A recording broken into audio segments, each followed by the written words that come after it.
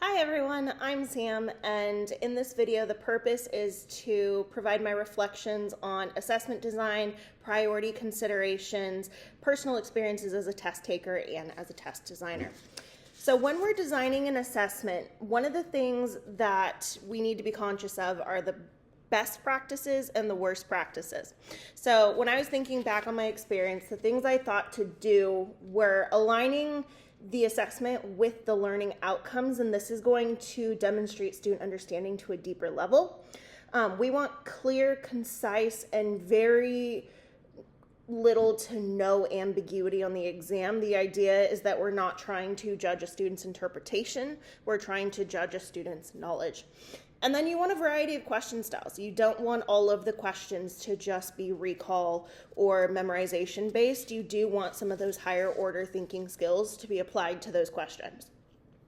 When we're designing an assessment or giving one, taking one, the things that you never want to see on an assessment are trick questions. One, this erodes student trust in the assessment process and in the instructor in class, but also it ruins the trust of the assessment on whether or not it's valid, whether or not it's reliable.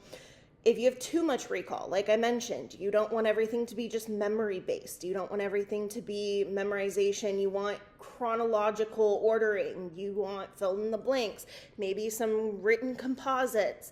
And then poor distractor choices. I know I've seen this personally in my experience quite often where the distractor choices are just so obvious that it actually kind of ruins the exam. So for example, if I were to put SpongeBob SquarePants as an option on a history exam, that clearly is the wrong answer. Now, my positive experiences, so as a pre-service teacher, one of my professors, and I always remember this assessment, was he said you can either take a quiz on each chapter of the book or you can do a 5-minute in-class presentation. And becoming a teacher, I was like, yes, let's learn to public speak. Let's learn to plan. So that was one of my best positive experiences with an assessment. Ironically, my negative experience has to do with the Arizona history content exam, which is ironic because I'm a history teacher. I passed it. But the thing that was frustrating and struggling about this exam was the fact that it covered so much of the history from multiple thousand years BC all the way up until Obama. And then the questions were not themed, they were not grouped together. You could have ancient Greece right next to ancient Rome, which that's similar, but then you could also have the American Revolution or even the Civil War as your next question. So I think that was quite frustrating. And then when you got your results, my first time I failed by 4 points, but they didn't tell me which questions. They just said, oh, you need 4% in all of these categories, which didn't really give me feedback as a student, which was frustrating. How are we improving assessment design and assessment practice overall?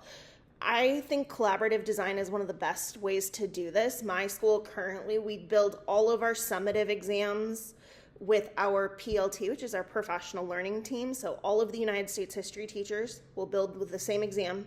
And how we do that is we say, all right, these 40 questions, everyone on the team has to give. Every single student in a US history class will answer those 40 questions. And then because it's history and everybody has their own favorite focuses or little things that they like to add in, then you can add on whatever questions you want. But for the purpose of data, we're only looking at those 40 questions.